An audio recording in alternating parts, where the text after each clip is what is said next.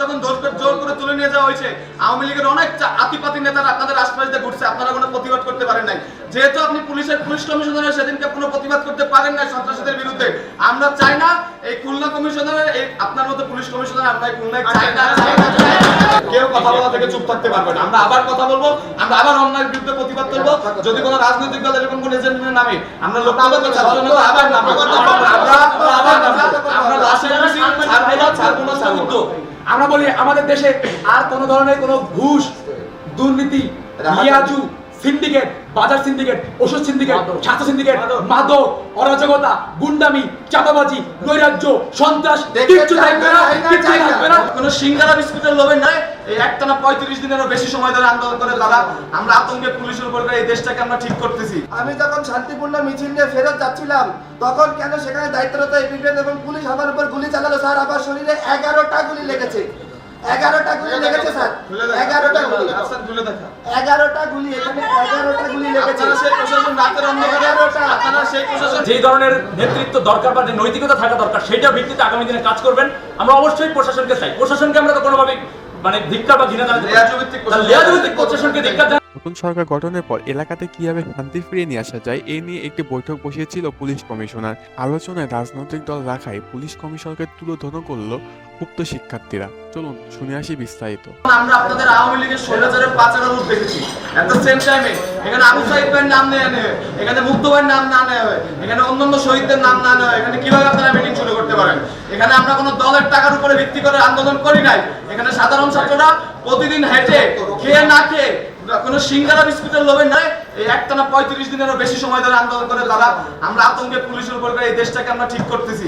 আমরা যখন দেশ সংস্কার করতেছি অরাজনৈতিক ভাবে, আপনারা তখন রাজনৈতিক দলের নেতা কর্মীদের নিয়ে এখানে কি করতেছেন?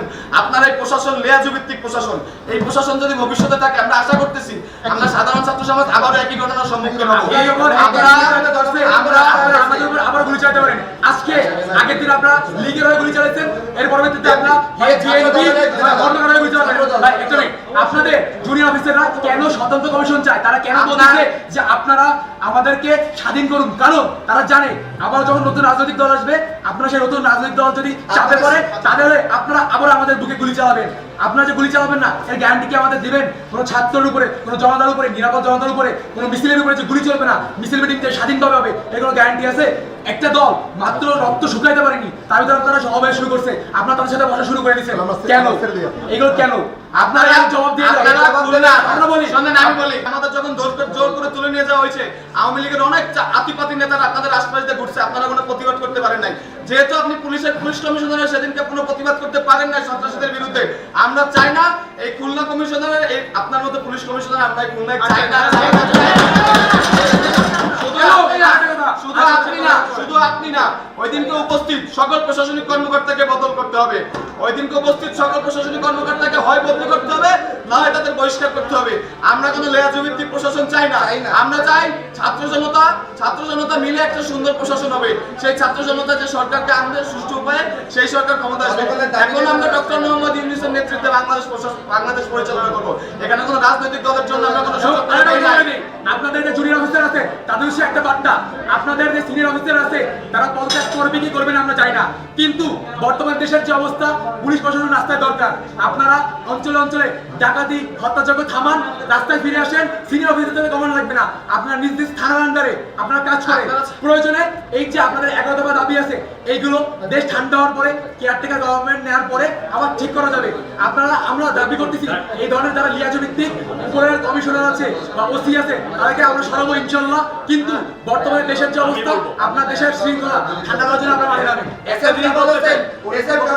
টেবিলে থাবা দিয়ে আমি সেদিন সাহস করে বলছিলাম আপনার প্রধানমন্ত্রীকে এই 9 দফা দাবি মানতে হবে, জাতির কাছে ক্ষমা চাইতে হবে। সেদিন এসএম কামাল হোসেন যখন থাবা দিয়ে বললেন তখন কোথায় ছিল এই প্রশাসন? আমি কেএমপি হেডকোয়ার্টার নিজ দায়িত্বে কথা দিয়ে ঠেকালাম যে স্যার আমার ছাত্ররা কোনো ভাঙচুর করে না, এটা দুষ্কৃতকারী না, আপনার কেএমপি হেডকোয়ার্টারে কিচ্ছু হবে না। এই কথা দেওয়ার পর আমি যখন শান্তিপূর্ণ মিছিল নিয়ে ফেরত যাচ্ছিলাম তখন কেন সেখানে দায়িত্বরত এপিবিএন এবং পুলিশ আমার উপর গুলি চালালো স্যার। আমার শরীরে 11টা গুলি লেগেছে, 11টা গুলি লেগেছে স্যার, খুলে দেখা। 11টা গুলি, আফসার খুলে দেখা। 11টা গুলি, এখানে 11টা গুলি লেগেছে। আপনারা সেই প্রশাসন রাতের অন্ধকারে, 11টা, আপনারা সেই প্রশাসন রাতের অন্ধকারে আরেকজনের নামে মুছে ফেলতেছেন। আপনি 11টা গুলি লেগেছে। প্রশাসন আমাদের দরকার, প্রথম কথা প্রশাসন আমরা চাই, তবে আমরা প্রশাসনের যে নৈতিকতার যে অবক্ষয় দেখেছি, স্পেশালি আমি পুলিশ বাহিনীকে বলবো, তাদের এই নৈতিক অবক্ষয়ের কারণে আজকে পুলিশ প্রশ্নবিদ্ধ, এবং আমরাও এই ক্ষেত্রে ব্যতীত যে আমাদের অনেক পুলিশ মারাও গিয়েছে। বাট তাদের এই নৈতিকতা যদি থাকতো তাহলে আজকের এই সিচুয়েশন দেখা লাগতো না। তবে আমরা কোনো রাজনৈতিক দলকে এখানে প্রমোট করার জন্য আমরা ছাত্র সমাজ এখানেও আসিনি এবং সারা বাংলাদেশে আছেন, আমরা নিরপেক্ষতার ভিত্তিতে আমরা এই সরকার গঠন করতে চাই। এবং পুলিশ বাহিনীকে আমরা বলবো যে আপনারা যেই ধরনের নেতৃত্ব দরকার বা যে নৈতিকতা থাকা দরকার সেটার ভিত্তিতে আগামী দিনে কাজ করবেন। আমরা অবশ্যই প্রশাসনকে চাই, প্রশাসনকে আমরা তো কোনোভাবে ধিক্কার বা ঘৃণা জানাতে লেয়াজভিত্তিক প্রশাসনকে ধিক্কার জানাই। এট দ্য সেম টাইম আমরা চাই যে প্রশাসনিক কয়েকজন কর্মকর্তার জন্য যে পুরো ডিপার্টমেন্টকে বরখাস্ত করতে হবে বা ডিপার্টমেন্টকে আমরা নিন্দা জানাবো সেটা না, আমাদের অবশ্যই প্রশাসন দরকার আছে। প্রশাসন না থাকলে বিশৃঙ্খলা বাড়বে, এটা আমরা সবাই জানি। আমরা ছাত্ররা তো আর এই মাঠের দায়িত্ব নেব না, আমাদের পড়াশোনা আছে। তবে এই লিয়াজভিত্তিক প্রশাসন আমরা কখনোই চাই না এবং এই বাংলার ছাত্র সমাজ কোনোদিন মেনে নেবে না। আজকে আপনারা যদি রাজনৈতিক নেতাদেরকে ইনভাইট করতেন তাহলে আমাদের কেন রাখছেন? আমরা তো কোনো রাজনৈতিক নেতার আন্ডারে আমরা কোনো আন্দোলন করিনি। আপনারা ছাত্র জনতার জন্য যেটা ভালো হয় সেভাবে আমরা যে আমাদের প্রতিনিধি ভাইয়েরা আছে ঢাকা বিশ্ববিদ্যালয়ের সেটাই করা হবে, সেটাই করা হবে। তাদের আমাদের কথা শুনতে হবে গো, আমাদের কথা শুনতে হবে গো। ওরা কথা বলবে, ভাই কথা বলবে। বল। তাদের নেতৃত্বে আজকে রাত 8টায় যে শপথ বাক্য পাঠ করবে ডক্টর মোহাম্মদ ইউনূস, আপনারা তাকে সাপোর্ট দিবেন এবং ইনশাআল্লাহ, অবশ্যই। আপনারা ছাত্রদের কথা বল দপ্তরে, আপনারা ছাত্র জনতাকে সর্বোচ্চ সহযোগিতা করবেন। করবো। এখানে আজকে আমাদের ছাত্র প্রতিনিধিদের কাছ থেকে যতগুলো বক্তব্য এসেছে, কোনো বক্তব্য না কেটে কোনোটা বক্তব্য আপনারা প্রচার করবেন। এটা বাক স্বাধীনতা, বাংলাদেশে আবার আমরা ফেরত আনছি, এই বাক স্বাধীনতা চিরকাল থাকবে। কেউ কথা বলা থেকে চুপ থাকতে পারবে না। আমরা আবার কথা বলবো, আমরা আবার অন্যায়ের বিরুদ্ধে প্রতিবাদ করবো। যদি কোনো রাজনৈতিক দল এরকম কোনো এজেন্টের নামে আমরা লোকতান্ত্রিক ছাত্র জনতা আবার নামবো, আমরা লাশের মিছিল ছাড়বো না।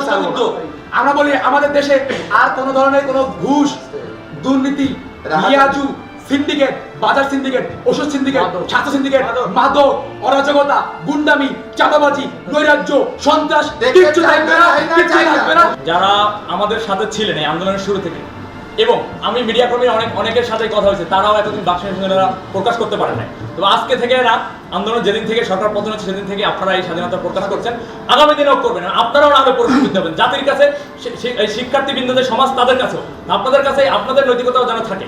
সব কোনো বাহিনীকে প্রতিটা মানুষে হচ্ছে যদি অন্যায় করে তারা প্রশ্নবিদ্ধ হবে, এটাই আমার বাংলাদেশ স্বাধীন।